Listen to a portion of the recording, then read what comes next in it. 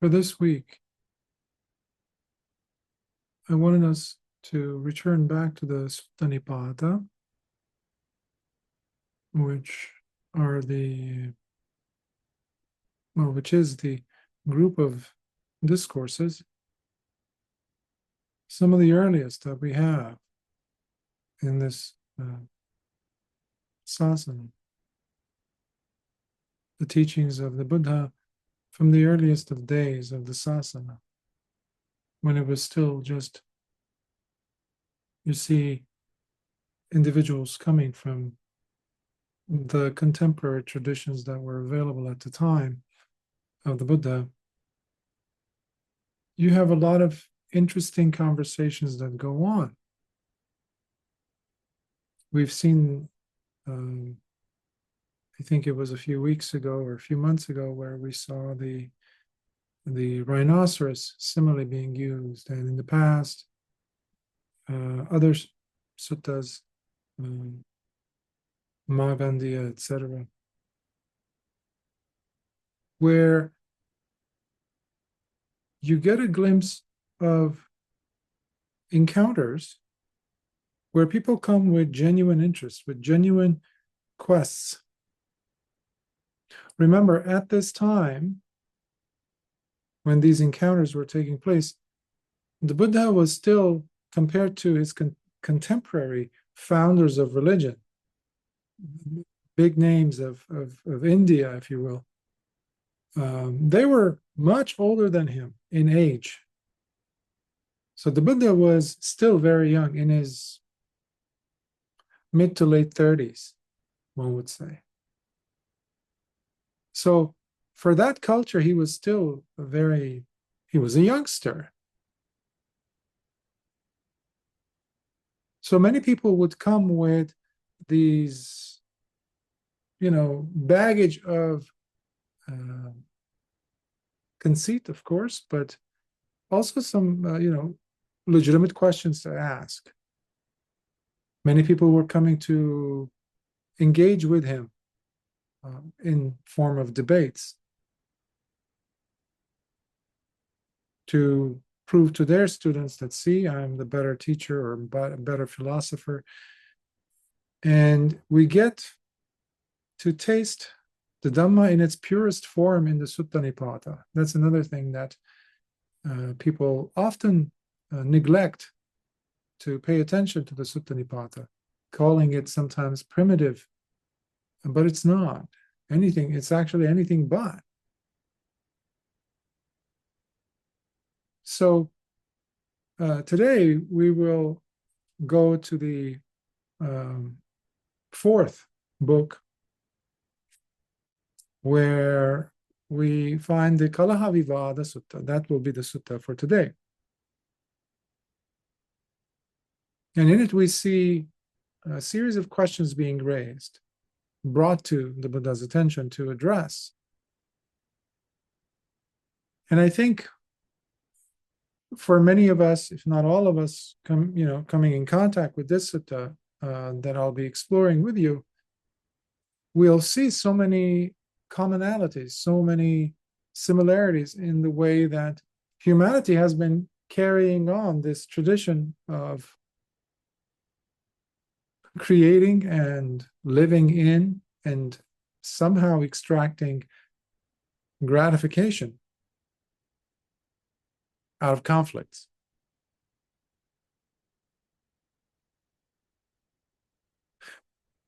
Conflicts occur, schisms occur, fighting occurs, because we are identified with something. And when we look at the world around us, starting from the person looking at us in the mirror, we find, if we're honest, that is, soon enough that we see that we are and have been identified with some aspect of myself, this belongs to me, or the other person, that is that person, so it's herself or himself, that, and those things around that person belong to him, which is tantamount to saying, I exist, and these things belong to me. It's the same thing. It's just different reference point. So I, the person, and you over there, or he or she over there. Basically, we're going to see how Lord Buddha narrows it down into such simple, bite-sized, verifiable responses that you can use today in identifying why is there this state of agitation, because that's where it leads. Inevitably, that's where it's coming from. And that's where it definitely takes a person to the state of agitation, restlessness, which this world is engulfed in.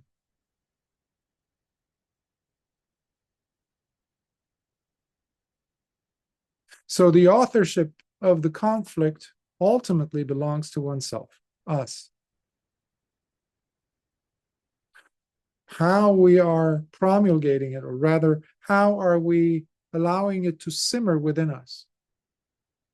The conflict. It might simply be, even if it's not directed at anyone or anything out there, it might be the version of you that you've been holding on to, perhaps from the past or at present. And of course, we can just extend that to the view that we have, the opinions that we hold so dearly to, vis-a-vis those around us that don't seem to get it. What I see, they don't see. So I have to convince them, persuade them to seeing things the way I see. You guys are blind over there. I am the one with the good set of eyes. When you walk on the streets and you see people on the buses or on the train or pedestrians, people walking, if you stop any one of them, speak to them carefully, when you probe deep enough, that is what we're talking about. That state is perpetually everywhere. It's so spread out, but it all comes from a place of ignorance. But ignorance is a term, or delusion, moha is a term, avidya, which I like to translate as willful ignoring. It takes one's own participation into the maintenance of that state, because we slide back into it all the time, because that's been our modus operandi. That's been our way of doing things, processing. We didn't know better. But the Dhamma comes in to change all that by teaching us things that allows us to know better. So it's not a switch that you turn on and then you just let it ride, like an automatic pilot. No, this path is also about responsibility. If you brushed your teeth this morning, that was because of you being responsible with your teeth, with your actions, with the choice in your actions. If you accomplish things in life,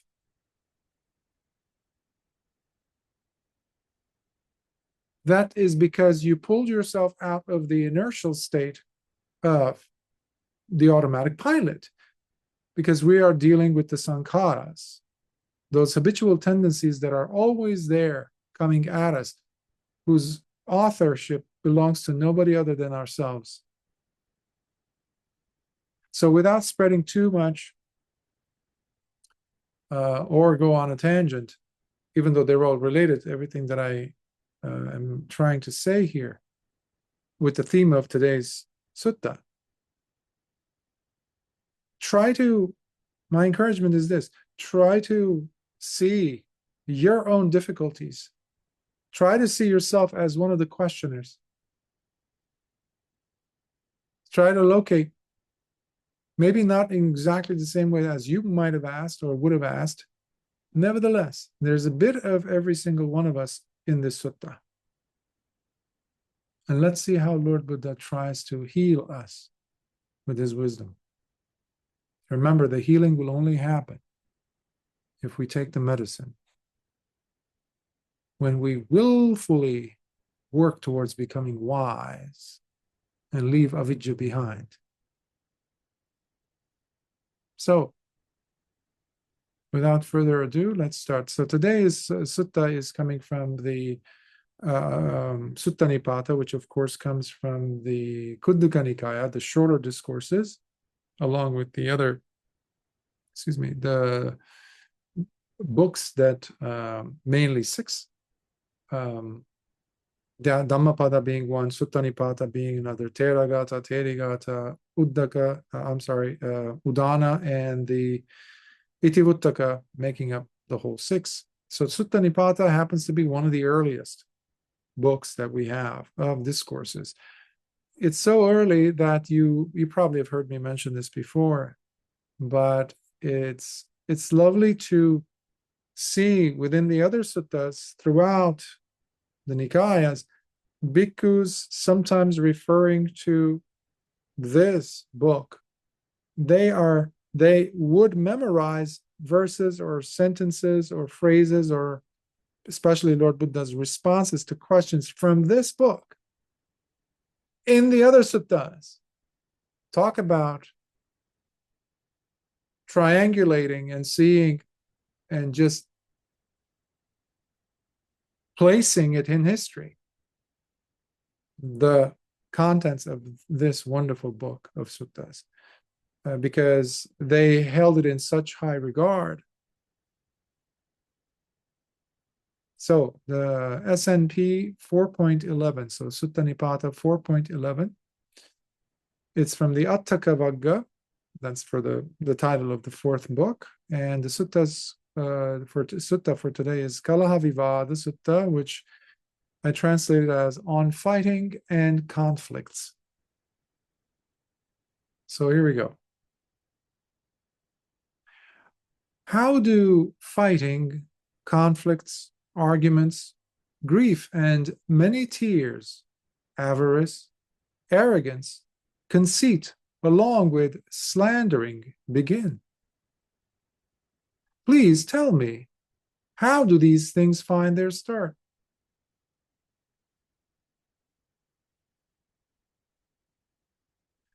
Holding things close to your heart is what leads to fighting. So simple. Holding things close to your heart is what leads to fighting. Conflicts, arguments, grief, and many tears. Avarice, arrogance, conceit, along with slandering, as they find their beginning when things become dear to you. Fighting and conflicts are soon joined by avarice, all of which pave the way for slander to take place.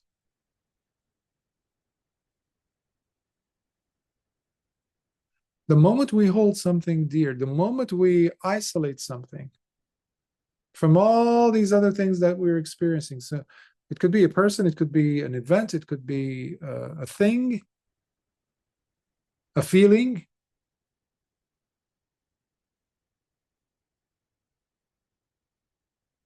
and we hone in, and that's it. That becomes it.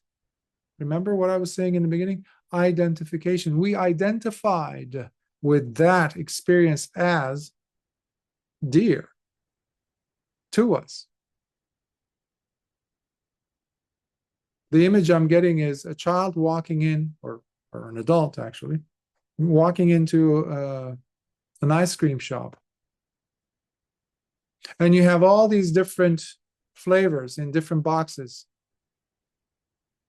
behind this window pane of the server is about to serve you. And they ask you, what flavors do you like? You picking one indicates that that is now dear to you. That is my favorite. How do you know it's your favorite? Well, you tried it. You liked it. You honed in, you identified with it.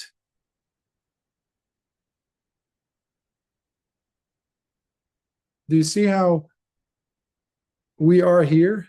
In Lord Buddha's answering us. In a world where we're always looking at outside of ourselves for the causes for conflict, that's what the world is doing, right? Everybody knows someone, the enemy is over there. And if they're not in the physical world, they're over here. How so? In our past. Even if they're dead and gone, the experiences we had to endure, that past. Well, go ahead. See if you can turn that into something tangible. You can't. But the identification of it remains. The torment, therefore, remains. The source of conflict is being maintained. Why? Because something is dear to you versus other things that are not. You can't make something dear to you, by the way, without turning your back to the other flavors of ice cream, right? You have to isolate it. You have to like it, turn it dear to you. That's what leads to arguments, conflict, and fighting. Let's continue. And the questioner continues. Where do they originate? The things people grab and hold on to while calling them dear, or those things one greedily yearns for in the world. How about the hoping and longing for the other, for which people cast their hooks to re-become in future lives, future births? Where do they find their start? Such poignant questions. No nonsense type of questions. No trick question you'll find here. Valid questions to be asked. Where do they originate? Lord Buddha just said, when you hold something dear. Okay, now the next question is, where do these things come from that we hold on to? The hoping and longing for things, which leads the person to throw their hook, the fisherman's hook, to the next birth. You walk into a hospital or a person who's dying, a nursing home, and everybody's like a fisherman with their fishing rods, waiting with their hooks, and they're tossing it into the future, into another life. They might not call it that, of course, but they want to reminisce the past. Ah, the good old days. What is that? In Buddhist terms, that is plain and simple throwing the fishing rod, the fishing hook, the line with the bait. That's the bait. Your future. You bait yourself. We are doing that and have been doing that because we ignore something very simple. Nothing stays the same. So the thing that we hold on to as dear, dear, I love this, I long for this. When you identify something and you're encapsulating it, you're putting it into this freeze-dry state or whatever, you want to make it solid, crystallized, that's delusion. Because nothing stays the same. Everything is conditioned.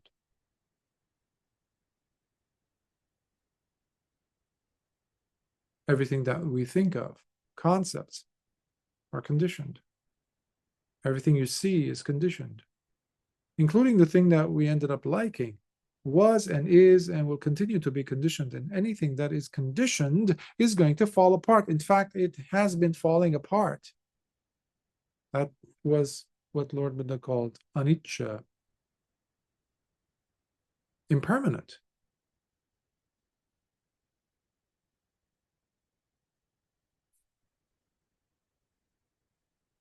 Lord Buddha responds, it is because of desiring that people grab and hold on to things, calling them dear. And it is desire too, whereby greedily yearning for things in the world finds its origin. As for hoping and longing for the other, for which people cast their hooks to re-become into future births, that again finds its start within desire itself. Desire.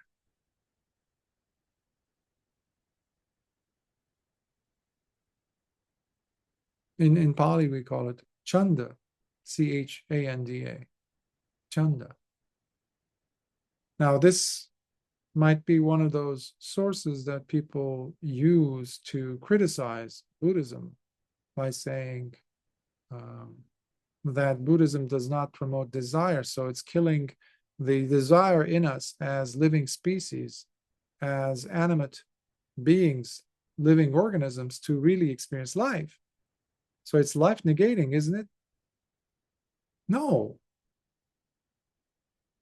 Desire is necessary. If you didn't have desire, you would not have brushed your teeth, as the example I was using earlier. In fact, if you didn't have desire, you wouldn't be listening to this, would you?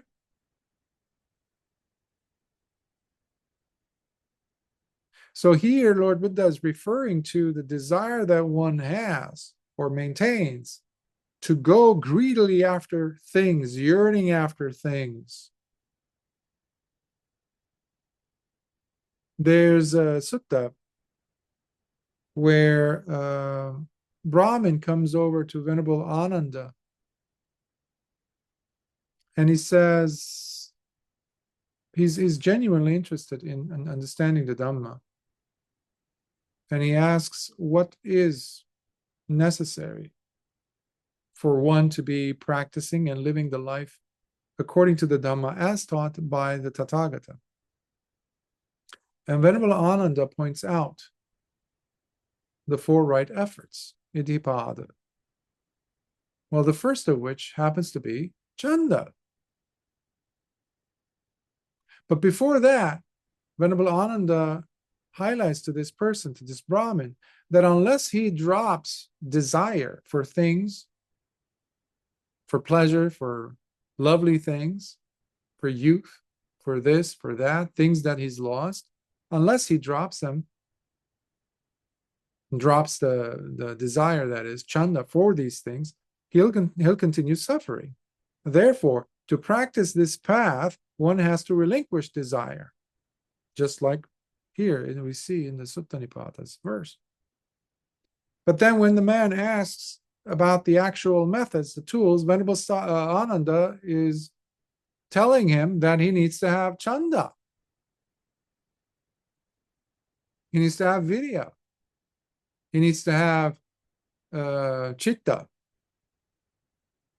the mind in this case. Intentionally maintaining that course, as well as vimansaka, which is the investigation. Those are the four right efforts of Iddhipada, or sometimes called the psychic basis or powers for success, spiritual success. So the first is chanda.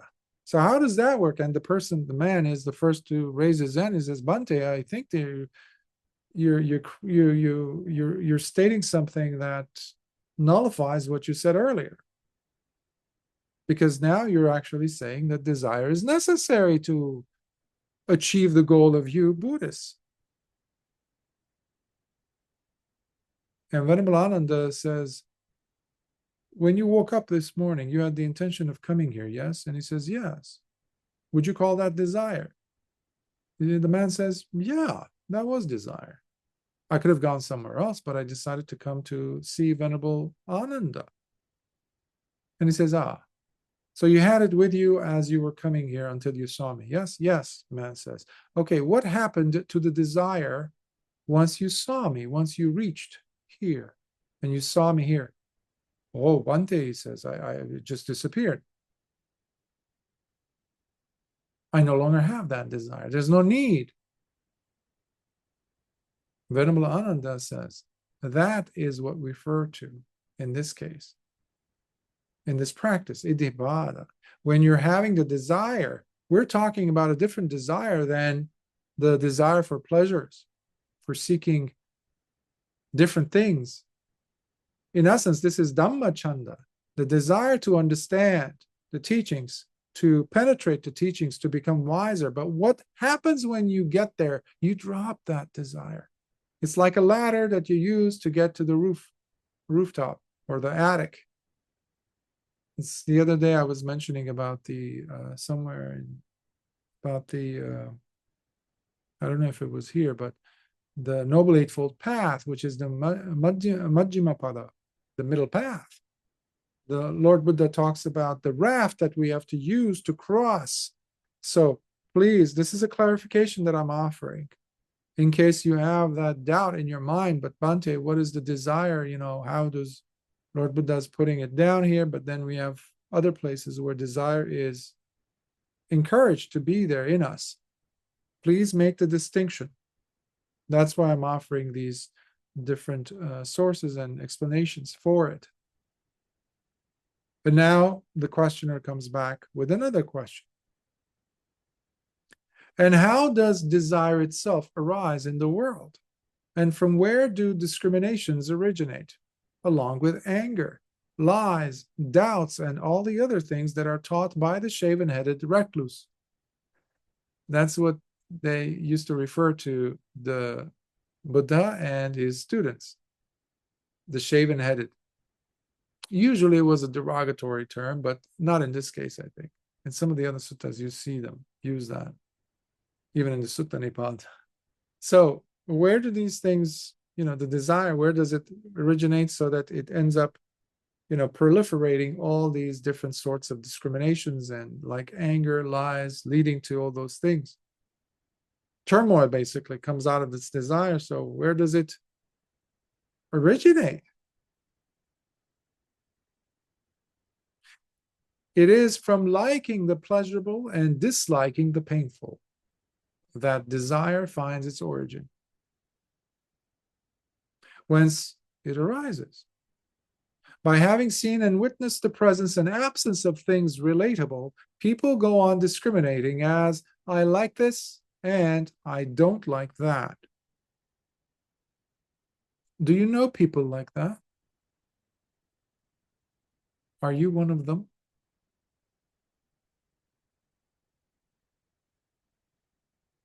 Our lives are just basically a bundle of that, isn't it? We live our life with, constantly doing the checks and balances of pleasurable and painful. And we're always rooting for the pleasurable, things that make us feel good, where we find ourselves putting down our weaponry. We don't have to fight life for those things now that we have them. But when we are in the midst of this balloon, this thing, this environment, the surrounding that is, of course, always going to be more in number, more in situations, occasions, even opportunities for the opposite of what we call pleasurable, meaning painful, then we're always going to be engaged in battle. That's why you will see the person so somber looking, so sullen, so tense.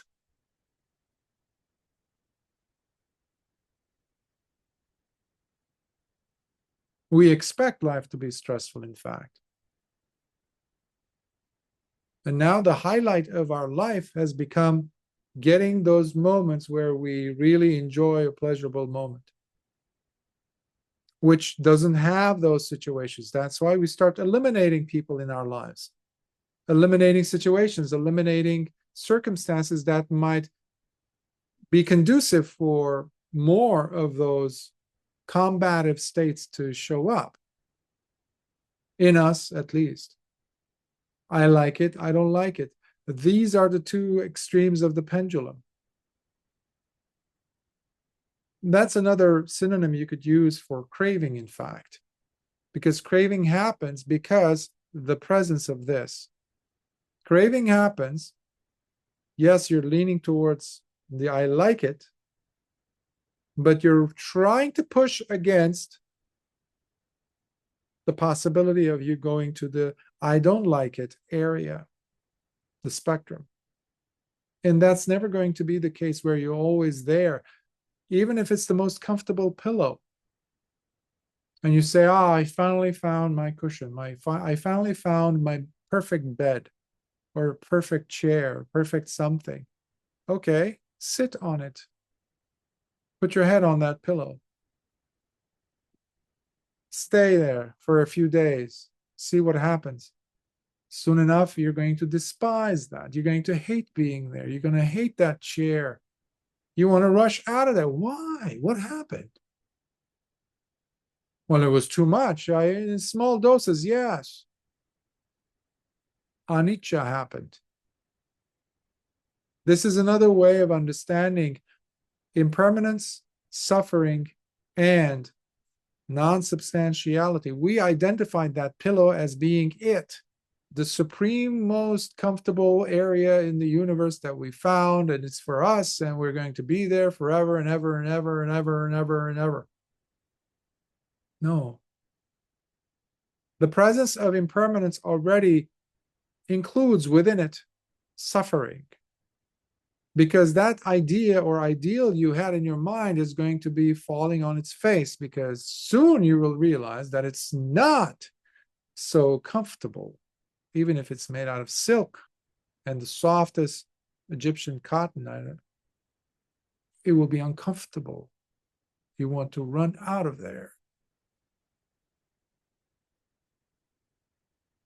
So the liking and disliking should not be seen by us as simple terminology, principles, teachings for us to memorize, and that's it. You have to invite it into your life, these principles, these teachings, to identify them in your life in a healthy manner where you see, oh, this is why I feel so stressed out. This is why I feel so upset.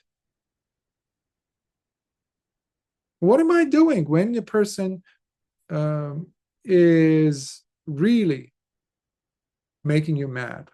What do you do? What is really happening in you? The turmoil, the fire that started. Already, that's a perfect scenario for you to take the teaching and bring it into your life, to identify what is the painful, which is quite obvious at that moment, and what is it that you're craving instead. And once I do get that, will that stay like that forever? Let's erase that person off of the face of the earth. Is that going to be it? Well, for a while, until another one shows up. So it's not the outside world. It's my interpretation of happiness, my interpretation of what is true joy. That's why there's corruptions of the mind. These are distortions of the mind, where we look at something that is impermanent and expect it to be turning into permanent. If I just try harder, if I try some other techniques, I'm going to nail it. It's not going to change. Just like people who struggle to stay in youth, the body, not to die. If it is recurring, the uncomfortable states you're in, then it means you're not following the system correctly. You're not applying them right, but you still have preferences. When that moment arises, you're still dropping all the teachings and rushing to that pleasurable feeling and grabbing hold of it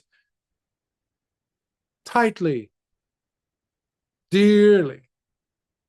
And you're saying, I'm going to suck the juice of every single moment of this experience until anicca comes and strips it away from me. Well, how's that practicing the Dhamma? But that's what we do, isn't it?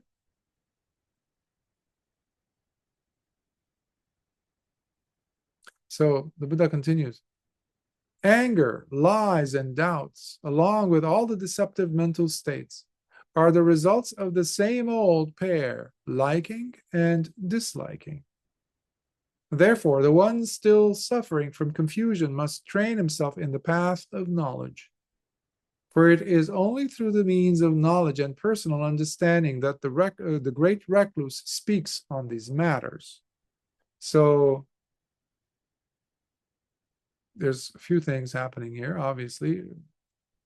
What I was saying just now, here we see the validation from the Buddha.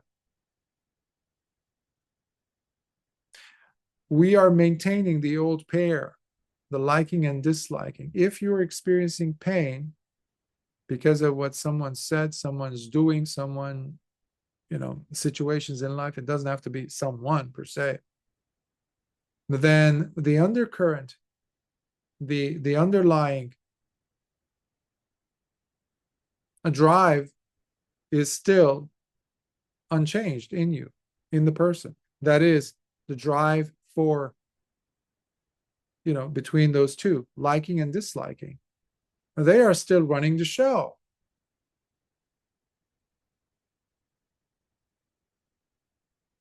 And then the instruction comes. If you want to pull yourself out of suffering, see, knowing the Four Noble Truths, right? The first is dukkha, understanding the truth of dukkha, which is understanding the truth of suffering. That itself is not going to do much for you, not going to get rid of your suffering. It's like being sick and making yourself an amulet with the prescription medicine that's going to heal you and putting it inside your necklace and carrying it and all, or tattooing it on prescription medicine name. It's the same thing. So understanding these principles isn't going to do much. Ultimately, when push comes to shove and you go back to your same old, that is liking and disliking. That's why we don't grow or we don't develop in our practice. Because in real life, despite all the meditation that you might be putting in, whatever type of meditation, that's another story. Because when life is happening, you are not there to see that you are following the tendency between liking and disliking. Who cares about your meditation ultimately? Because you're not practicing vipassana. You're not practicing sati or sampajanya. How do we know this? Well, because you're still struggling with liking and disliking. Meditation means nothing if it's not going to augment, help, pull you out of your suffering, which happens through the gaining of knowledge, as the Lord Buddha says. And personal understanding, he says. It comes from my own personal understanding that I'm saying these answers, giving you these answers. It's not a matter of hypothesizing. It's not a matter of, rationalizing or reasoning it out without supportive, real-life, experiential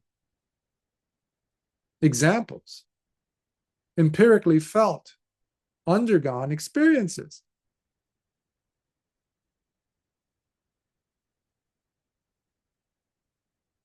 So these are not just teachings. They are application-based.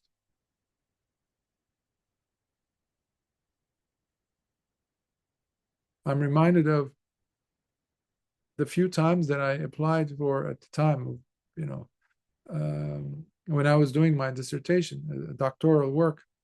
3 times the candidacy did not go through, even though I had spent years and incalculable amounts of hours, one would say, trying to get the material and doing the research. But there was within me this anomaly, this discomfort, because it was a doctorate in Buddhism, in Buddhist studies. And I had a really tough time, and that spanned over a decade, by the way, almost 2 decades, to put the Dhamma into a capsule where I could just theorize and hypothesize and come up with some questions and then try to answer it. And then after all that effort, the Dhamma is alive for me, has been alive. It's applicable. How could I turn that into some thesis, some dissertation? It's lived. It's applicable. And that was my argument every single time with different groups of professors, different committees. Well, when you're dealing with mostly left-brained academicians, they're not going to get that.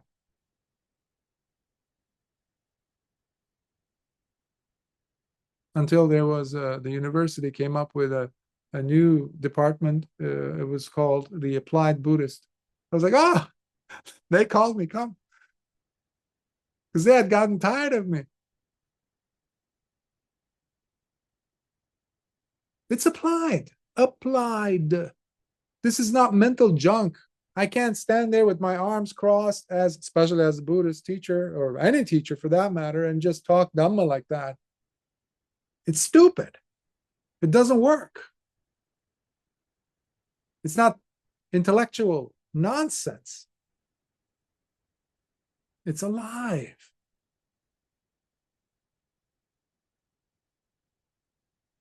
And then the next question comes. And how do those two, the liking and disliking, find their start? And through the disappearance and vanishing of what do they also cease and are no more? And by the way, please tell me also how and where this arising and vanishing originate.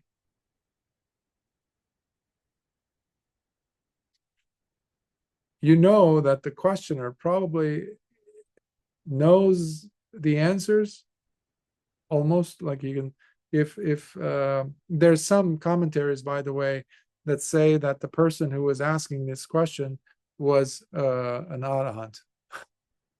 So, because, and I understand their motive in coming up with that conclusion, that interpretation of this sutta in the commentarial work based on the Sutta Nipāta. So, but it's a beautiful way of, beautiful line of questioning in a sense, because the thread is being followed. They're still, it's not intellectual. They're not debating. They really want to get to the bottom of this. Perhaps if it is an arahant asking the questions, possibly it is for the benefit, because they're asking another arahant, the Buddha himself. Chances are it is for the gaining of understanding for those sitting around them, listening to them, doing this dialogue for their own benefit, so that they too could gain understanding, which you see examples of this all throughout the suttas, especially in the case of Venerable Sariputta and Venerable Mahakotita. Anyhow, so Lord Buddha is going to answer. It is in contact that liking and disliking both originate and arise from. For when contact disappears and vanishes, then they too cease and are no more. As for arising and vanishing, well, these also find their origin within the same. They both arise because of contact itself. Contact. When you narrow it down, it's all about contact. You've seen it countless times. You've heard me countless times mentioning how we need to stand guard, safeguard, protect the 6 sense doors. From what exactly?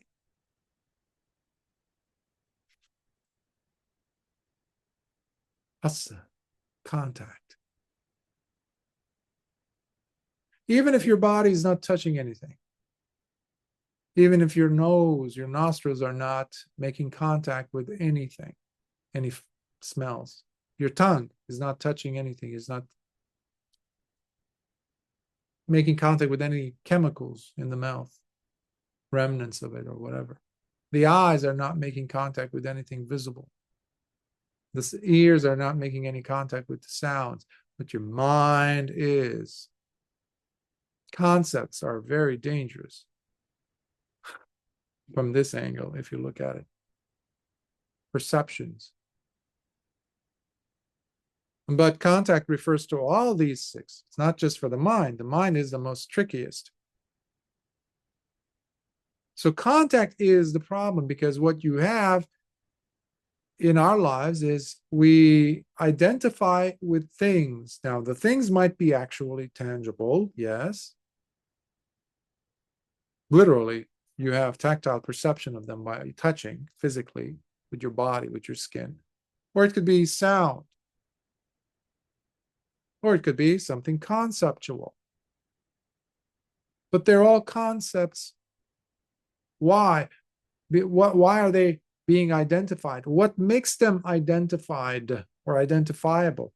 First thing has to happen is there needs to be contact. In the Brahmajala Sutta, you have the 62 views, wrong views, that human beings can come up with. And this is the first sutta, by the way, in the Digha Nikāya, long discourses. A few times I started and tried to continue to try to finish the translation, but it's massive to do a fair job, you know. It's still not done, not even halfway, but maybe one day I'll finish it and maybe we'll explore it here together. It's a beautiful sutta. It's why I mention is because of Hassa. Because you have these characters, these individuals who come and say, but this view, that view, that view. Everybody, like today, you have people who, you know, advocate for this view, that view. Atheists, this, creationists or Buddhists, this, that, ist. So if we were to go to speak to Lord Buddha, to try to argue and debate with our point of view, with our understanding, with our philosophies, the Buddha would turn to us and say, Tadapi passa paccaya.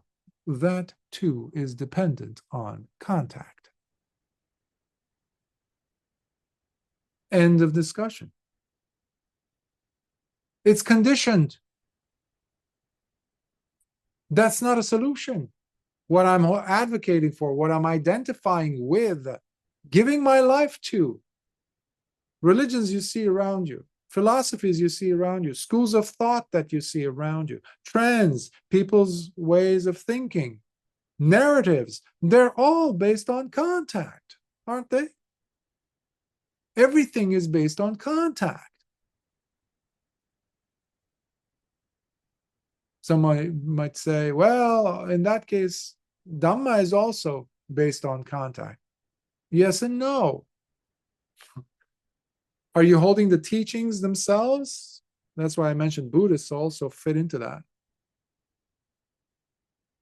Slaves of contact, because you have ideas that people promulgate and say, this is my idea, this is my way of teaching, so that's correct, everybody else forget about it. They're wrong. We have countless people, many of them bhikkhus, unfortunately. That doesn't mean that the Buddha was saying, no, but these ones are different. No, they also fall into the same camp of relying on contact. But the Dhamma itself that Lord Buddha was teaching is to break through, because there is still identification when the person is making contact. Contact, therefore, can be serving as a synonym for identifying with something.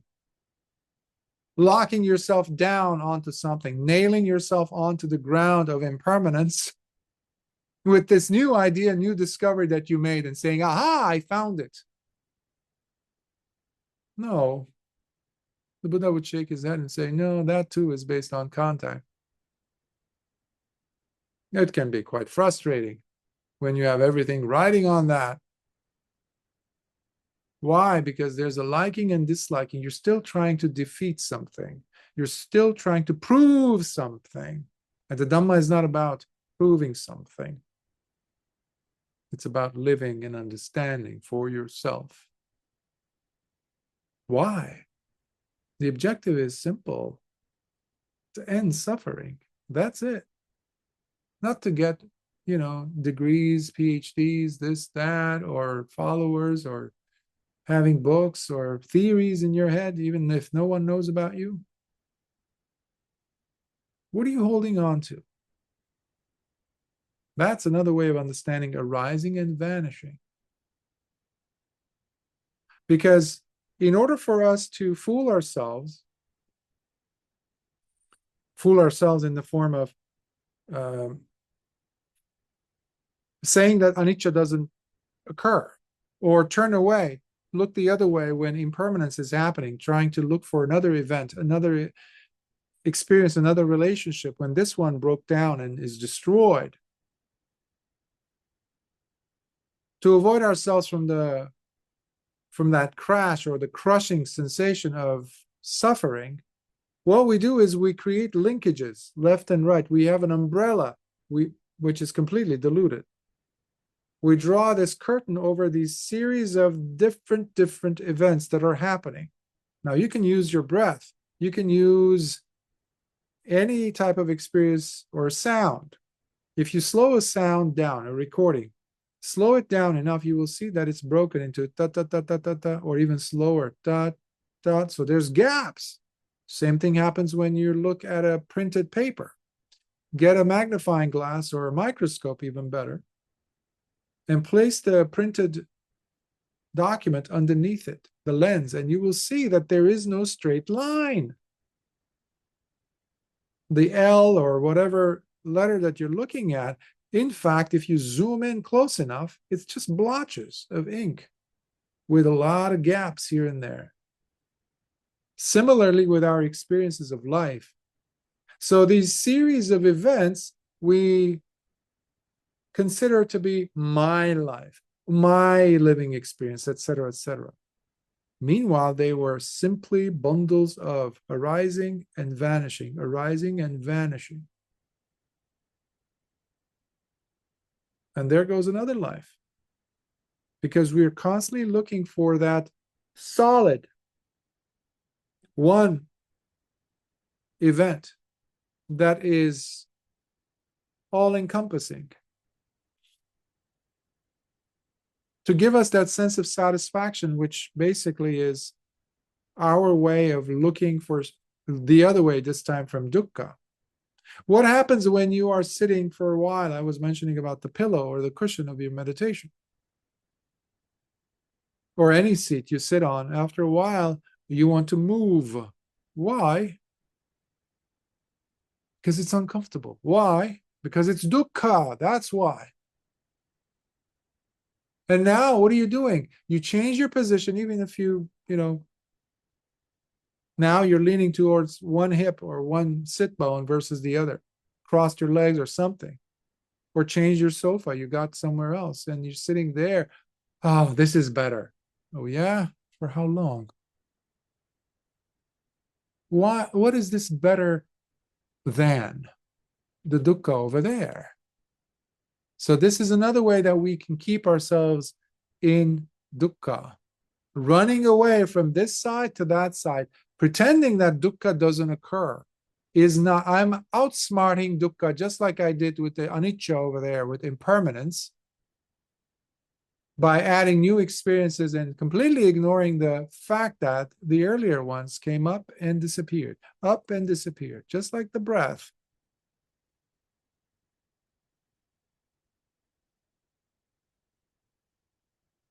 And the combination of the different factors that make up this event, this place, this chair. What is this chair? Well, it's made out of cushiony substances, maybe leather, maybe fabric, cotton, something, maybe metal bars, maybe wood, this and that. But it's a comfortable chair. Oh yeah, let me saw off a few inches from one of the legs. See if you're going to feel comfortable. Or how about if the dog comes and urinates on the seat, your favorite chair? Well, I can't sit on that anymore. Why? What happened?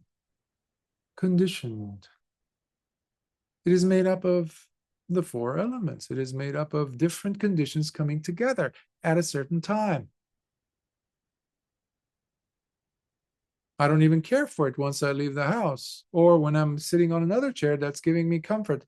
Dukkha hasn't set in yet. So when I don't have dukkha at that moment, that sofa doesn't exist for me. So you see the conditionality of it all. Now that is anatta. Because once I do have dukkha and I rush over to sit on this sofa, oh, heavenly comfort. Identification. Desire. Liking versus that one over there, which was disliking. So this is how I'm encouraging you to make the Dhamma relevant to you, relatable to you, based on your own personal real life examples that you have plenty of. That's when the Dhamma becomes real. Otherwise, it's just, something you listen to. Fine. Okay, I feel good about myself. It's almost like the equivalent of people going once a week to a church and saying, yes, we participated, we saw the mass, and now we're good. Something like that, perhaps. But it has to be brought into your life. And the next question. And from where does contact arise in the world? And what is the reason for there to be so much grabbing and holding on to things? What is it that once vanished? It leads to the disappearance of the wanting to grab and hold on to things in the first place. And the disappearance of what does also end the very possibility for contacts to ever lead to more contact, because that's what happens, right? You have one contact, it leads you to another contact. Never ends. It's like fire spreading, wildfire in a forest, dry forest. Contact arises in the presence of name and form, namarupa. When there is longing, then there is grabbing and holding on to things, upadana. Once longing vanishes, then the wanting to grab and hold on to things also disappears. And it is through the disappearance of all forms that contacts cease from leading to more contacts. Now, the disappearance of all forms doesn't mean that they, something magical happened and they just disappeared, or you somehow removed yourself from being in a place where forms suddenly, you're in a vacuum, you're in space. There's no forms per se. And that's where contacts will stop. No, that's not what the Buddha is saying. Because the mind is always making contact. Remember, ideas, concepts are the worst of contacts. Worse because you might remove yourself from a burning flame, from touching something displeasing or painful, and you don't feel it after you removed it. But what do you do with a worrisome thought? How easy is it to get rid of that fear in your mind, like a splinter in your brain? How do you get rid of that? So this is not about something physical like disappearing. So contact arises in the presence of name and form. Name here are the nama constituents of nama rupa. Rupa is basically whatever is inherited from mother and father, sperm and the egg, the nutrition that we've received to sustain us to this point. And to break it down, they are made up of the four primary elements. In Buddhism, there are four. And earth, water, fire, and air, or wind. So these are simply attributes. These are not concepts. These are not out there in the sense of abstractions that you need to bring down into your brain and try to memorize. No, you just hold your hand out. Just right now, even looking at your hand, you see all those constituent parts of form, rupa, in there. You have water in the form of blood. You have other liquidy substances there too, but the bones you can think of as the earth. The spaces between the joints you can think of as air or the wind, the gases. And fire you can think of as the blood, the heat of the blood that is gushing through the arteries and the veins, or the temperature itself, or the absence of the heat, in this case coldness, within the palm or any part of the body. So automatically you connect it with rupa. But how are you able to identify all of these? What did you use, basically? That's what I'm asking. You use nama. Nama, you can think of also the naming quality.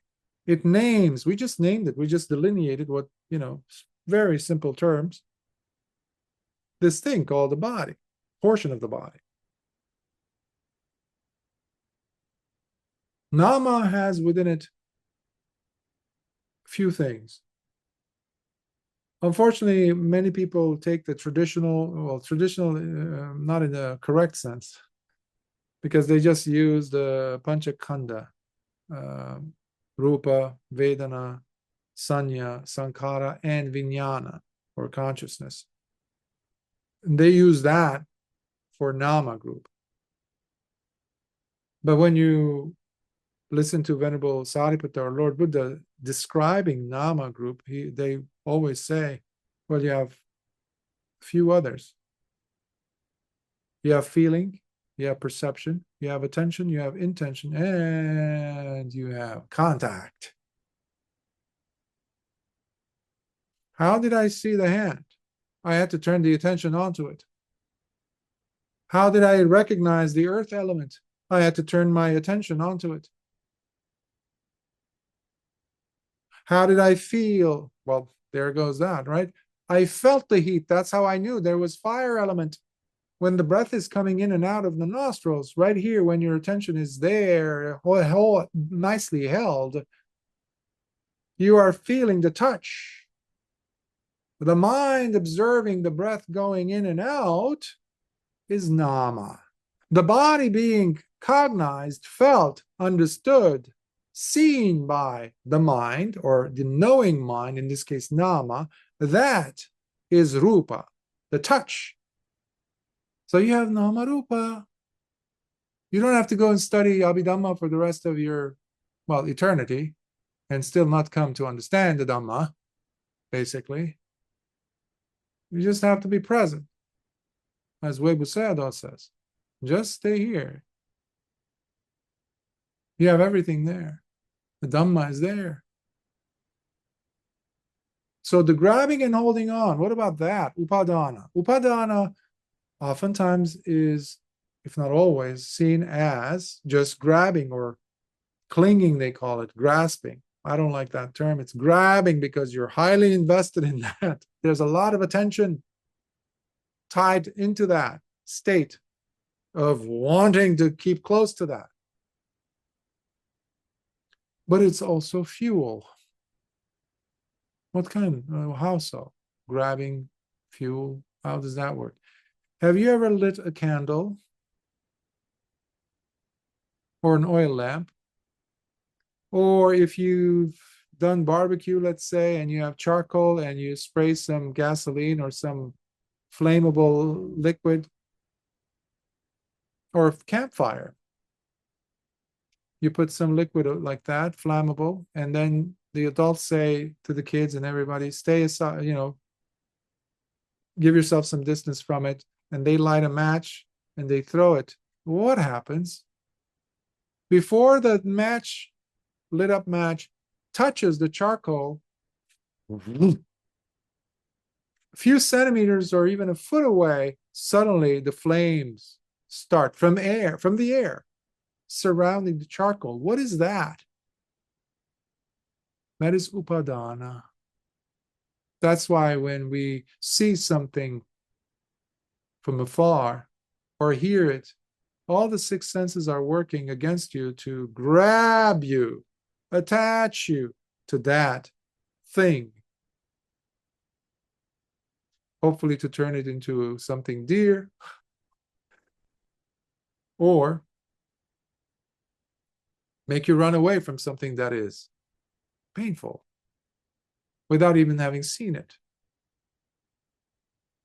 So when none of these things are there anymore, because you understand it clearly better every day, things start to fall apart, because now you're able to see the gaps between the letter, between the line, you're seeing, you're understanding that there is no one overarching sound. It's just a basic sound bites with gaps in between. Similarly, there are many experiences that we are having. It's not just one experience, just like the breath.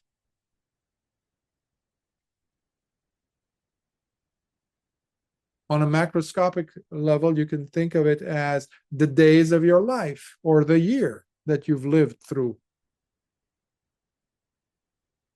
How was your year? How has your year been? What they're asking you are, how have your seconds been? Seconds in a minute, minutes in an hour, hours in a day, days in a month, months in a year. Smaller and smaller portions. This is why we practice vipassana, to pull the cover, pull the magician's cloak out of there so that we see all his tricks. And Lord Buddha is saying, contact is behind it. Contact connects you to this life continuum that you made it into a continuum. And through what means could one experience the disappearance of all forms?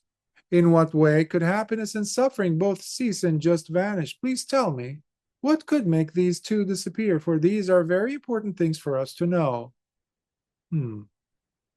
It is neither through blind obedience to perception or one's mental associations, sanya, nor by relying on wrong perception, neither through the absence of perceptions or understanding, nor by pondering on what was perceived in the past. Because at the time, even now, people want to not have any more perceptions. That's why you have different types of, psychedelics introduced, even in the area of meditators and things like that. People want to shut the brain down, because that's another form of dukkha, a very subtle but painful.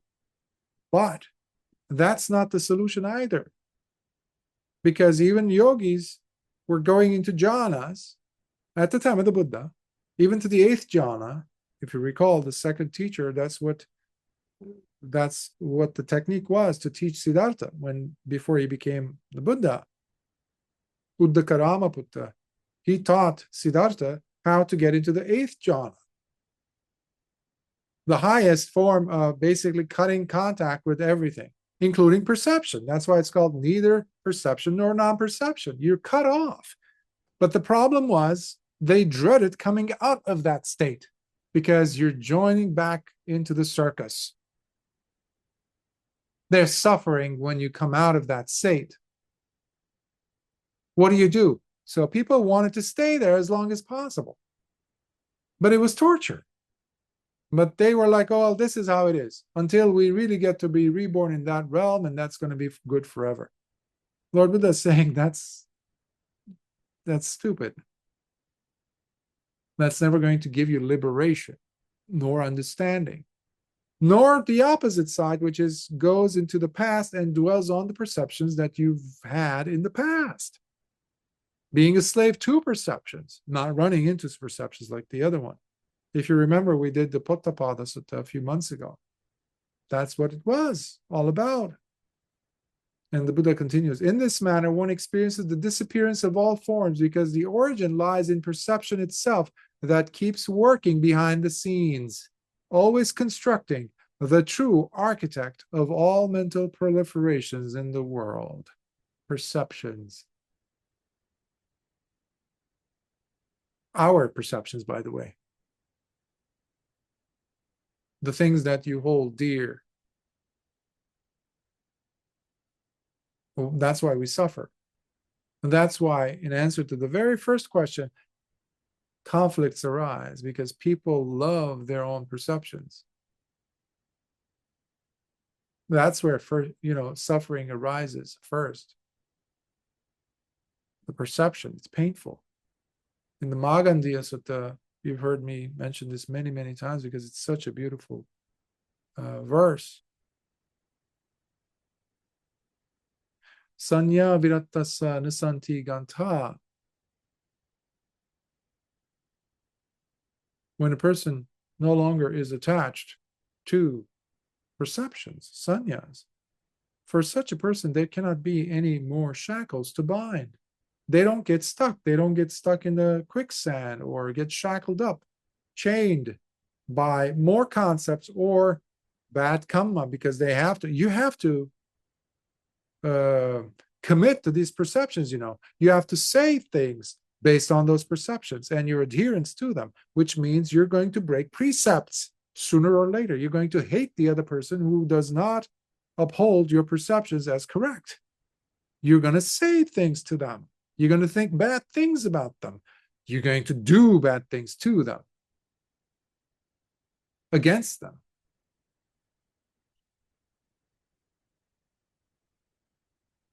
And the next line of the verse is Panya vimuttassa nisanti moha. And for the person who does that by not relying on perceptions anymore, detaching oneself from them, wisdom arises. And with wisdom, liberation, freedom comes up for the person. And for such a person who has been freed through wisdom, there cannot be any more willful ignoring. There cannot be any more delusion. There cannot be any more avidya. So you live responsibly. So it's not like you get into a certain elevation, like getting on a passenger plane, at a certain altitude, let's say 30,000 kilometers. No, not 30,000. 40,000 feet, something like that, or 10,000 kilometers. No, not 10. 10,000 meters, I'm sorry. And then the flight, they go into cruising altitude. We just drop into that and you don't worry about it. Even the captain puts the airplane on automatic pilot. They might go to the bathroom. They might go and sit down and eat something, talk. The plane is going. So do not expect this practice to get you there where you don't have to be online with yourself, meaning alert, meaning awake, meaning knowing what's happening. An arahant is not somebody who lives on automatic pilot, They are the embodiment of sati and panya. They're alert. They're not walking zombies. They're very alert. And they're very joyful and contented. They're at peace, but they're aware. They're awake. Now, no perception is going to come and dominate them either. Just like when a person practices sila so much that they get to adi sila, which they really become one with the sila, the virtuous living. Even when they go to sleep, they won't break any sila. It's similar to that, but on a higher level. As the person becomes more comfortable with the Dhamma, understands, but you can't have understanding without the presence of sati. That's ongoing. It doesn't take a time out throughout your busy day. And especially the upheavals, the crests and the troughs, the ups and downs, the zigzagging, undulating experiences you have in your daily life. That's the domain of the Dhamma for you to really taste it. Not in the book, not in lectures.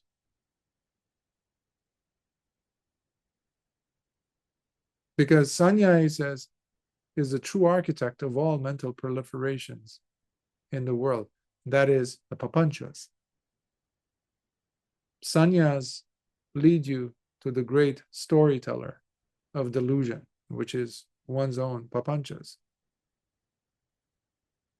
Whatever we have asked, you've answered them all, but we have one more to ask. Please do explain to us this. Is it true what some wise men say, that the highest potential for the purity of yakkhas extends only this much? Or could there be something else for us to know on this? Here, yakkhas are not necessarily the powerful. They could be good or bad spirits. Many of the yakkhas are, in fact, devout practitioners of the Dhamma. They're very advanced, despite the fact that they are in the yakkha realm. So anyhow, yakkha is also sometimes a term that they even use for the Buddha, just like they use the term naga for the Buddha. It's a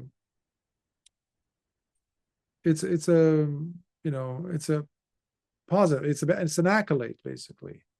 So could there be more? Basically, the man was saying, or is this it, the extent?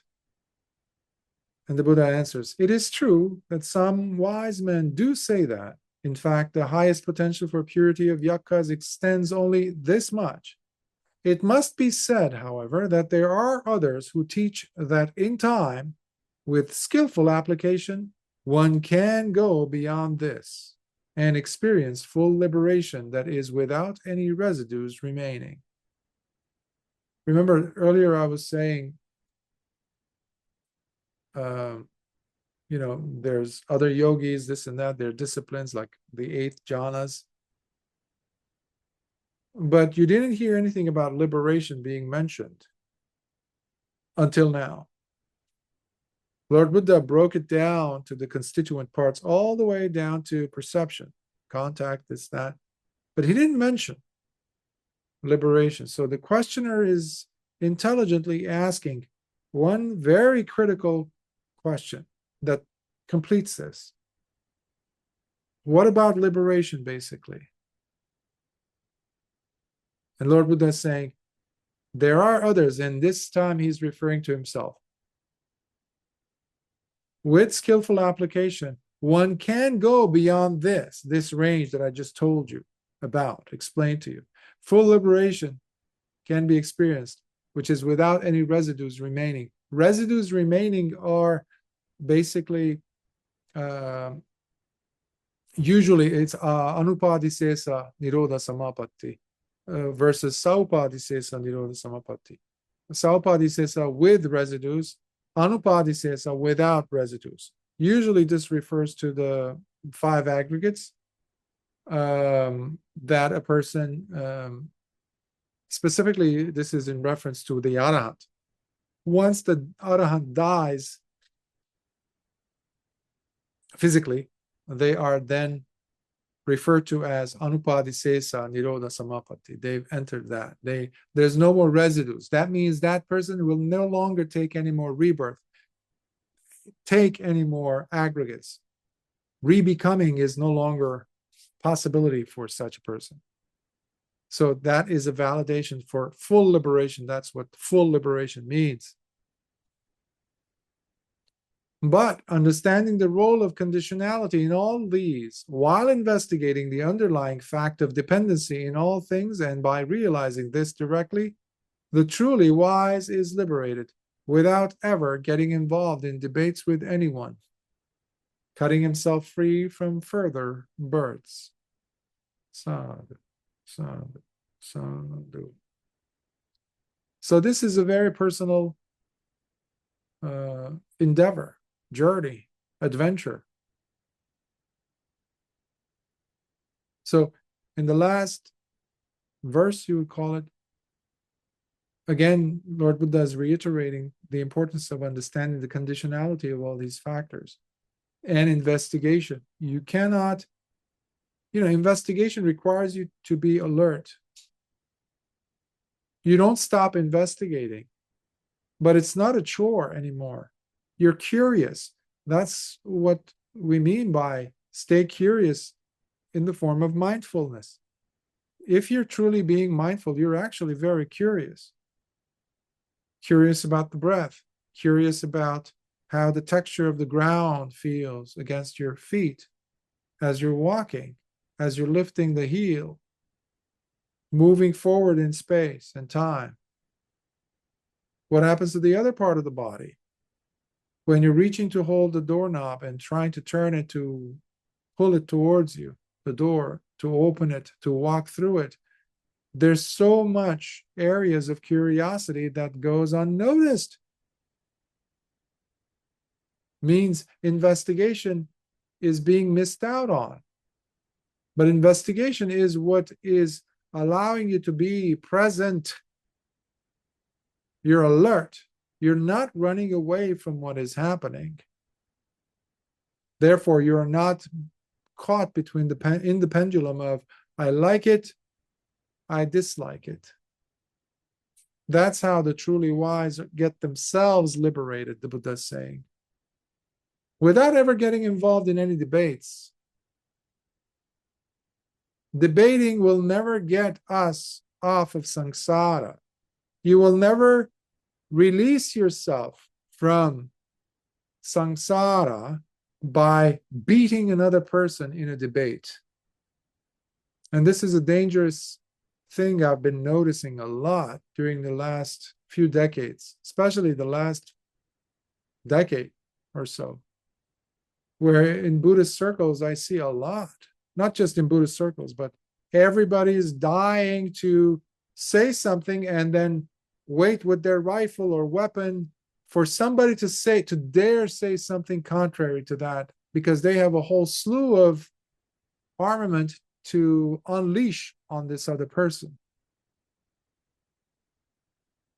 Always trying to convince the other person of your position. That is not the path of the Dhamma. I don't care, even if it has the big label of Dhamma on it. Or you're even a Buddhist monk, a Bhikkhu even on top of that. That's not the path. That has nothing to do with the path. And that definitely will not cut us free. It's the farthest point to be from Nibbana Supreme.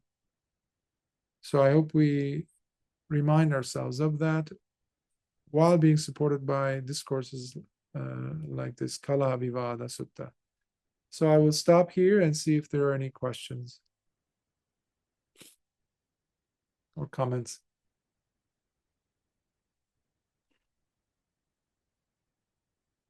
Bhante, just something that I struggle with and wanted to ask. You started out by talking about something you hold dear leads to conflict most of the time, or can, yes, right? But where does sila play into this? Because if you call something out, if someone is doing something that is harming themselves as well as others, and you call it out, it does lead to conflict. But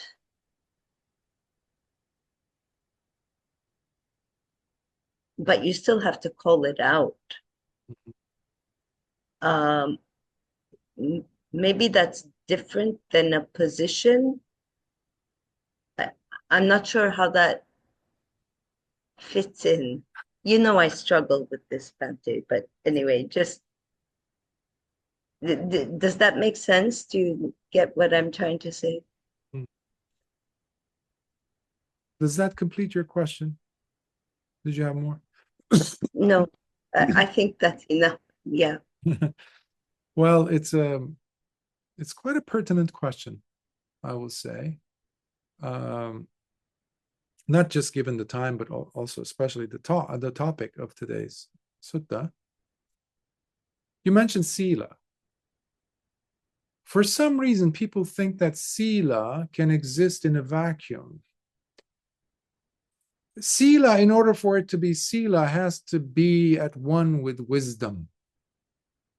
You cannot have sila without wisdom. It's impossible.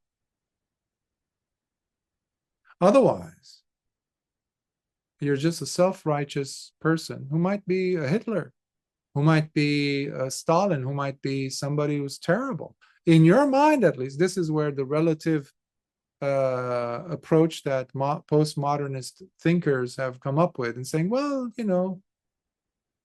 you're not the problem is the problem. You're not evil, it's just situational. You have your truth, I have my truth. Let's go home happy. That's not what we're talking about. That's copping out. That's cowardly. That is, in fact, opening the way for destruction of everything. And that's what's happening in the world today, to the point where you have even bhikkhus. Again, this is not a rant on bhikkhus, but I see it, I witness it, I've witnessed it as a layman for decades, and I continue to see it, and it escalates, and where you have individuals who are even picking up weapons to kill others, to harm others, justifying it with such an atrocious act, which basically completely annihilates, removes the presence of, at the very least, even a layperson's 5 sila, the 5 precepts that we as bhikkhus give to lay people. The very first, not to harm, not to kill. Now, if you go and ask the person who's doing this, I'm sure they have in their mind some justification, but it cannot be justified. It cannot be justified in any universe. If we're talking about the Dhamma that Lord Buddha taught, okay?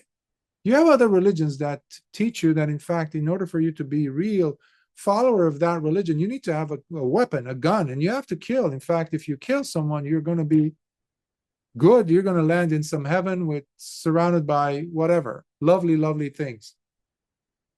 That is not what the Dhamma is at all. Because if you harm someone, in the Dhammapada it says it clearly, he who goes and uses a rod or a weapon on others, that rod and weaponry that he's using are going to come at him. He's creating that turmoil for himself. Years ago, when I was even a teenager, I think, I was watching a documentary, and I saw how in the case of Tibet, when it was invaded, or, the monks, Buddhist monks, were throwing weapons and made a huge pile of weapons, rifles, this and that. It didn't register in my head. I wasn't a Buddhist as such at the time. I was in Lebanon at the time, so I didn't know much about anything, but it felt weird to me. And sometime after, when I studied the Dhamma, I was like, whoa. Somebody had told these monks to pick up the weapons. Somebody in robes. And if nobody did, they themselves did. That's why they picked up the weapons. That completely cancels out the fact that these people were or are monks. They're not. Okay? That's something that we need to acknowledge. There's no justification for such a behavior. But it can be a different type of sila that's being broken. Or spreading of delusion. Like you have individuals today, monks, who are promoting this, woke agendas, for example, unfortunately. I once received a message, and that led me to a very, a website, probably you guys know, I've also encouraged people to use that website, Sutta Central. Legitimate, although much of the suttas are missing, right? Because of the ellipses and all that. But the issue that was being raised to me, to be brought to my attention, was, Bhante, this is turning into, they actually say, the organizers of this very important, notable website in the world, they have turned it into, the language that they use is now gender neutral. And that's a quote from them. Gender neutral. I was like, what? Lord Buddha was talking about a bhikkhu, which would use the English equivalent of pronoun of he, or a bhikkhuni as she, or this thing as it, but not a them. Lord Buddha did not use a they or a them. But these people are advocating activistic, with activism.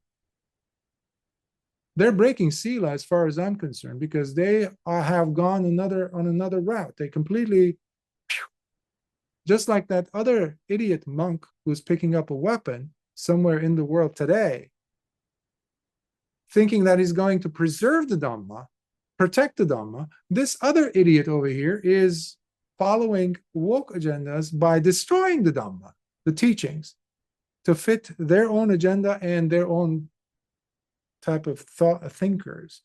These have nothing to do with wisdom. The Dhamma is perfect the way it is. We can either join the Dhamma by practicing it for ourselves, gaining its merit, gaining its benefits through understanding, or unfortunately, in this case, in the absence of wisdom, we create havoc.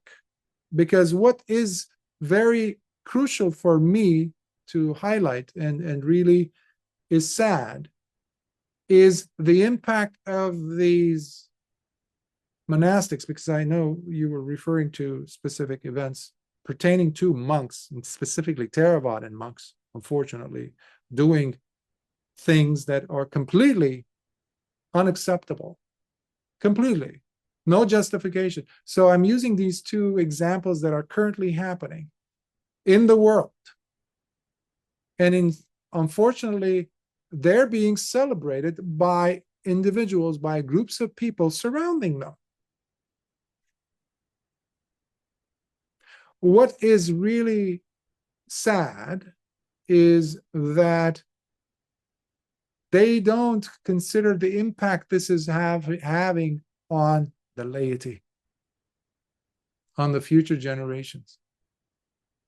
In fact, by them presuming and convincing themselves deludedly that they are protecting the Dhamma, they are in fact destroying the teachings.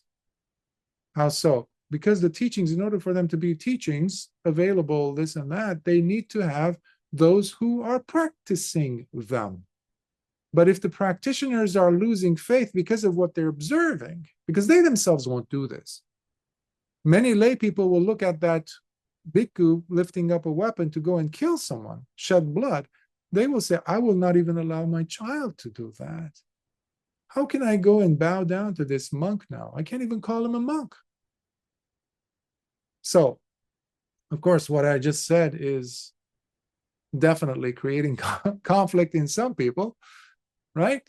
And that's why I'm not a very popular bhikkhu, and that's why I survive based on a few individuals here and there around the globe that really feel the truth in what I'm saying. They have appreciation for the Dhamma proper. Even though it's confusing what's out there in the world, that confusion is detrimental to the future of the sasana. And that's why I do what I do. That's why you do what you do in trying to understand and following the Dhamma as best as you can to clear up the confusion. So as a bhikkhu, I can only speak for a bhikkhu now. My job is to help clear the overcast, clear the cloudiness of the confusion. And that's why I embarked on the suttas years ago, and then went all the way to translating the whole thing properly, the whole thing, without infusing my own opinions into them, trying to get to the actual meatiness of what Lord Buddha is trying to say, instead of going with cultural narratives and convoluted ways of thought, of wokeism and whatever nonsense they throw at the Dhamma today. By the way, the Dhamma doesn't need protecting ever. The Dhamma was, is, and will be. It just human beings and the thick cake of dust that covers our eyes. So far, we're good because we still have the teachings of the Buddha, of our Buddha time, of our lifetime, of our contemporary Buddha. We still have that. That's still a golden age, because today you still can have arahants, despite these clowns. But you have massive, massive number of people supporting such characters. That's fine. The teachings will disappear, Lord Buddha said. And he warned us against characters like this. Even he said there's going to be fake, false teachers claiming to be my students. That's why we always have to go to the suttas. Even now, whatever I said, every single word, please, and whatever I've shared with you over the course of the time that I've been teaching the Dhamma, both as a layperson, as a bhikkhu, please go and check it with the suttas. They have to match. And forget about what Bhante this, Bhante that said. The teachings speak for themselves. They don't need protecting. The truth is the truth. And it's the objective of the truth and the Dhamma specifically is to take away suffering, one, and two, to bring joy, to bring health and happiness in the world. A few years ago when I was in Armenia, and there were, neighboring countries were attacking and people were dying. 10,000 young men and women died. And it's already a small country. It's already impoverished. They were basically trying to get rid of that part of the world. It's a small country left. It used to be huge. Ethnically, I'm, genetically, I would say, also Armenian of heritage. Fine, I was there to help promote the Dhamma, to teach them. The question came up, what would you do to this person? They were referring to the leader of the country that was doing all these attacks and killings and this. And I said, you're not going to like what I'm going to say. If I see this person on the street, if I see this person wounded, if I see this person captive, I'm going to go ahead, and if I have the ability, I'm going to go ahead and protect him. I have to give him water. I have to put bandage on his wounds. Well, how could you say that they're doing this? See, the identification is the problem here. The person is not seeing beyond what's in front of them. They're stuck on the narrative. That person might have been my mother in the past life. They might have been mother and child. Now they're enemies. So pulling yourself out, zooming out, as they say, panning out from your personal current dilemma-filled, anxiety-filled life allows us some purview, some room to breathe, to reevaluate. And if it can just give you a few moments to just take a moment and just restfully come to mindful decision-making power, where you're not prompted by impulses, because that's what this is. These are very impulsion-based, impulsive behaviors. Teenagers do this. But unfortunately, you have teenagers running countries these days. What do? So conflicts will happen. Remember, even in biology, they say clearly, physics, life happens because of stressful situations. The seed is going to tear itself open against so many forces applying themselves on it. Gravity, pressure, the weight of the soil, people walking on it, hardship. But life comes out of that stress. Life occurs. Biology occurs because of stress. Now, how I would understand, given especially the nuance of your own question, given the sutta that we went over today, Lord Buddha was not saying conflicts are impossible. He was surrounded by conflicts. Even the bhikkhus at his time, his own students, were in conflicts. We do our best. But the danger is to look for understanding of the Dhamma through conflicts. That is quite erroneous. So in that way, I can make a loop and come back to your original question about sila. So even my motives have, despite how lofty they might seem to me, the objectives of this, oh, I want equality, I want this, I want that. What am I really doing with these thick brush strokes of neutrality, of this grayness that I'm killing off the beauty in life, the reality in life, the differences in life that are 100% valid? Because the injustices that bhikkhu thinks that he's going to eliminate will in fact be worsened by his actions. If he doesn't like the area he lives, if they are killing his own teacher, another bhikkhu, he had just died, let's say, in the temple, or the temple they just burned, it's time for him to go find another temple. This is Mara's land, you know. What are we defending? Our job is to, yes, do our best to protect this body, but not at the cost of breaking sila to the point where I lose the most beautiful thing for which this body serves. Not the other way around. So truth must be served, because all of this is just a series of images, series of movies playing, nothing to take too seriously, ultimately. Instead, using our time wisely to make this time that we have work for us, to cut ourselves from suffering, and while doing so, help others to also. Because if the bhikkhu goes and puts down the weapon and says, I'm sorry I did that, the lay people will notice around him. Because I guarantee you, it's not like 100% of the lay people around that bhikkhu are picking up weapons.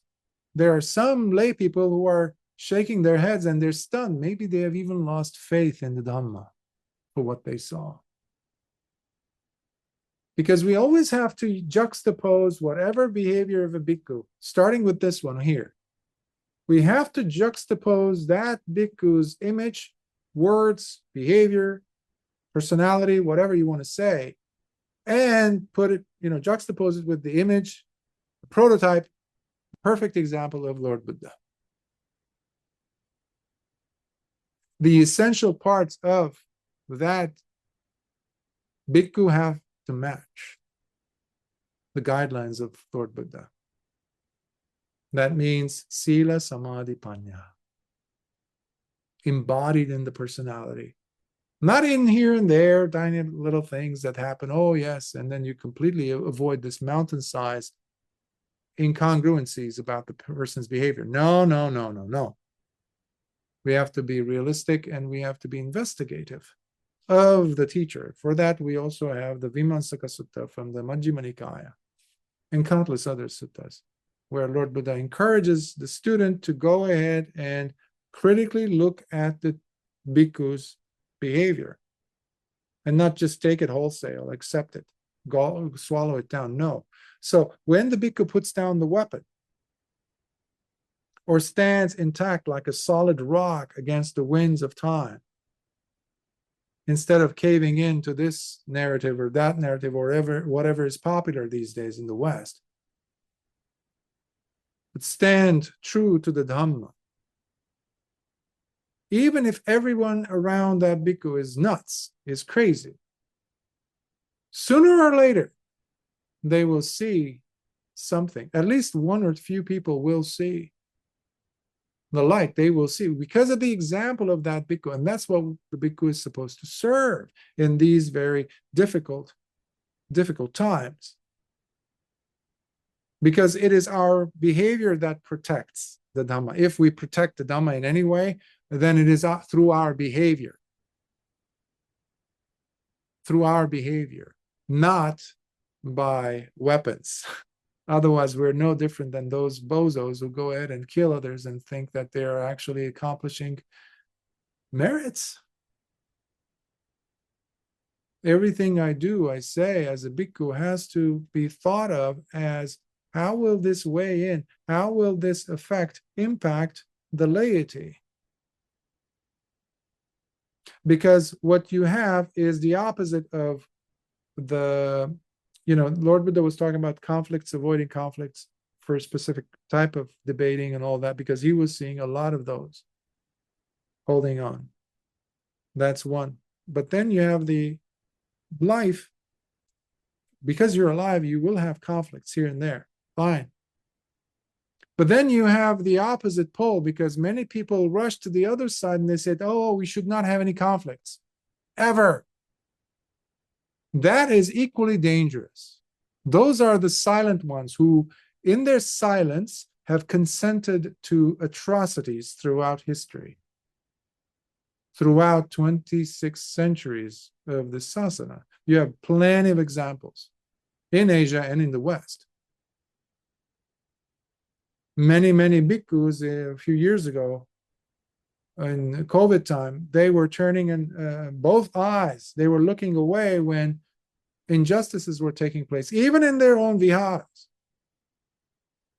People were coming, knocking on their door, and they weren't opening the doors to give advice. And if they said anything, well, we don't want to get any conflicts, any conflicting situations with anyone. Where is your loyalty? What is it that your robes and your demeanor, your four requisites, what do they really represent? Who do you really call yourself to be a follower of? Where's your loyalty? What are you afraid of betraying? So many people have used the absence of, we should avoid conflicts. Meanwhile, they were copping out from having a courageous voice to speak the truth, because the bhikkhu is also bound by truth. You had examples of this even in the second council, because there was so many unethical behavior that was taking place on behalf of the group of, especially 10 points that were raised by a group of monks. They were called the Vajji monks. They were from the Vajji region. But they had come up with different principles. They were not part of the Patimokkha, the Vinaya rules. One of them was to accept gold. They said, why should we not accept gold? Well, Lord Buddha had instituted that law, that rule in the Vinaya, because you had groups of monks who were falsely going and telling lay people during famines that, hey, my teacher over there is an arahant. Oh, my buddy over here is a sotapanna. Oh, I am. Don't say it to anyone. I am such a. And poor lay people starved their own families to give the food during a famine to give to these monks. At the end of the Vasa, they go and everybody has lost several kilos. The monks, including Lord Buddha. And Lord Buddha sees these monks. They're all plump and they're nicely rose-cheeked and, very well-fed. He says, what was your secret? And they say, oh, Bhante, we figured out what to do. We went into this town and that town, and we told them this, and, we are noble disciples, we are arahants. And he says, he scolds them terribly, chastises them. By the way, people don't do that these days. When a monk goes off the rails, nobody's there to fix them, to say what's wrong with them. Instead, they huddle together and they just, because you're not following the system. Well, I've seen that all my life in political systems and other places, including high schools, and all teenagers do this. So to avoid conflict, we have to ask ourselves, why? Am I trying to save my hide, my position, my temple? Am I afraid the governor or the ruler, the king, might strip me away from these titles that he gave me? Like the case was and is in many Asian countries, not just Asian, but so why am I not engaging in conflict in a wise way? Because conflicts are unavoidable in certain instances when you are truly standing up for truth. You don't have to say anything, just physically standing in front of it. If somebody's there to kill a family, there is no rule that says you cannot come in between the bullets or the blade and that family. You can go as a bhikkhu and stand in between the bullets. How many bhikkhus are willing to do that? Because it's a lot easier and definitely cowardly and breaks all the rules to go and pick a weapon and to go attack the person who's planning on harming others. So I could speak more on this, but it's already been quite long. But does this help, or does this even get more confusing for you? Know what I share? No, it's very helpful. Thank you, Bhante. And thank you for everything that you continue to do.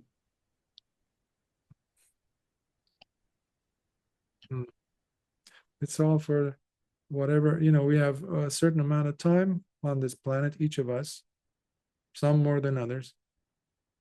But we must use them wisely. Already life is difficult because we are given wrong sets of information growing up in school. To find true knowledge is very difficult, and it's becoming more and more difficult, which requires us to be more alert and investigative and curious to find out, instead of believing the noise around us, and never to doubt your heart. But that's where your practice comes in, because you can convince yourself, just like those two monks I mentioned, extremes, deluded characters. They've convinced themselves that they're doing something right. That is terrible. For that, practice must be there. So Sila, Samadhi, Panya will make sure that the laser-like beam of experiential wisdom that develops in the person thanks to these three trainings makes sure that you will not fall victim to the delusion. But for that, you should not rely on your past experiences or what others are saying to you, especially those people who like you, about you. You have to hold yourself to the high example of Lord Buddha as a bhikkhu, I'm referring to. The bhikkhu must do that daily, because you are in a very privileged position. And we can never take it lightly. It's a position completely dedicated, supposed to be completely dedicated to service, not service of my opinions and what I want others to believe, even if it's about the Dhamma. No. Doesn't make it right either. So, yeah, I'll say that much. So may these words be helpful. Let us transfer some merits. Akasatha chabumata deva nagamahidika punyantang anumoditva chirang rakhantu lokasasanam. Akasatha chabumata deva nagamahidika punyantang anumoditva chirang rakhantu desanam. Akasatha chabumata deva nagamahidika punyantang anumoditva chirang rakhantu mam paranti. Sadhu, sadhu, sadhu. May your practice continuously grow. May your appreciation for the Dhamma continuously expand and blossom to the point where the aroma, the fragrance of the Dhamma exudes everywhere. May the blessings of the Triple Gem be with you and your loved ones. Sukhihotu. Until next time.